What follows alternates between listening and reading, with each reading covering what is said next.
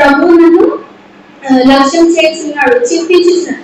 Okay, దేవుడు మన గురించి ఆలోచిస్తున్నాడు కదా, ఇంకా నేను ఎందుకు ప్రేయర్ చేసుకోవాలి, దేవుడికి తెలుసు కదా. కాదు, మనం అడిగితే అది అడుగుడి మీకు ఇవ్వబడు, వెతికితే అది ఏమవుతుంది, మనకి దొరుకుతుంది. మనం చెప్పేసాం కదా అని సైలెంట్ గా మనం ఉండదు. ప్రభు దగ్గర మనం నిరంతరం మొదలుపెడితే మనకు ఆయన ఉత్తరం ఇచ్చే దేవుడు. నీకు మొదలుపెట్టే వారి ఎడల కృపాతి చేయగలవాడు.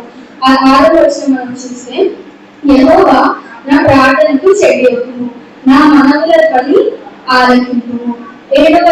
మొదటి నుండి 6వ వచనం మనం చూసాం కదా, ప్రార్థన ఏమో ప్రార్థన చేస్తున్నాడు దేవునికి అని మనం చూసాం. 7వ వచనంలో మనం చూస్తే, నీవు నాకు ఉత్తరమిచ్చి వాడవు కనుక నా ఆపత్కాలం మందు నేను నీకు నిలబెట్టుతున్నాను. అయితే ఇక్కడ మనం చూస్తే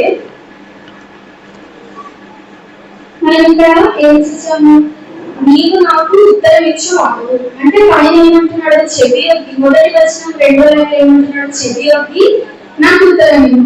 అదే కీర్తనలో మళ్ళీ 7వ వచనంలో ఏమంటున్నాడు, నీవు నాకు ఉత్తరం ఇచ్చేవాడు అంటే నేను ప్రేయర్ చేస్తున్నా దేవా, నువ్వు నాకు అది ఇస్తావన్న నమ్మకము నాకు ఉంది అని దావీదు ఇక్కడ చెప్తున్నాను అన్నమాట. అయితే మనము ఇక్కడ మనం అనేక విషయాలు మనం దేవునికి ప్రార్థన చేస్తాం, కానీ నిజంగా పొందుకోవడం విశ్వాసము మనలో కావాలన్నమాట. అయితే ఇక్కడ అదే చూస్తున్నాడు, నీవు నాకు ఉత్తరం ఇచ్చేవాడు కనుక నా ఆపత్కాలం ముందు నేను నీకు మొదలుపెట్టుచున్నాను.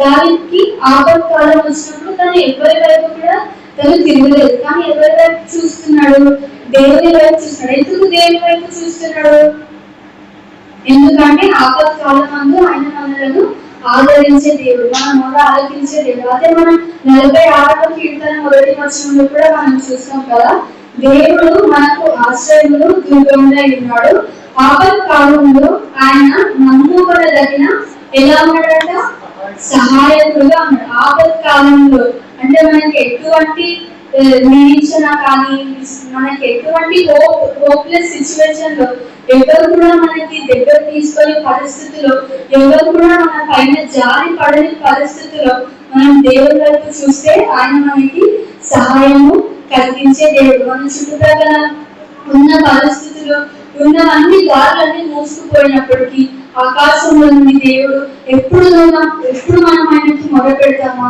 ఎప్పుడు ఆయనకి మనం ప్రార్థన చేస్తామా, ఎప్పుడు ఆయన కృపను మనం పొందుకుంటామా అని దేవుడు ప్రతి ఎవ్రీడే మన కోసం ఆయన వెయిట్ చేస్తుంటారు. కానీ మనం ఫస్ట్ దేవుడికి మొదలుపెట్టుకోకుండా మన పక్క వాళ్ళని, మన తల్లిదండ్రులకు, మన అవసరాలు మనం బాధపడుతాం. కానీ మనం దేవుడు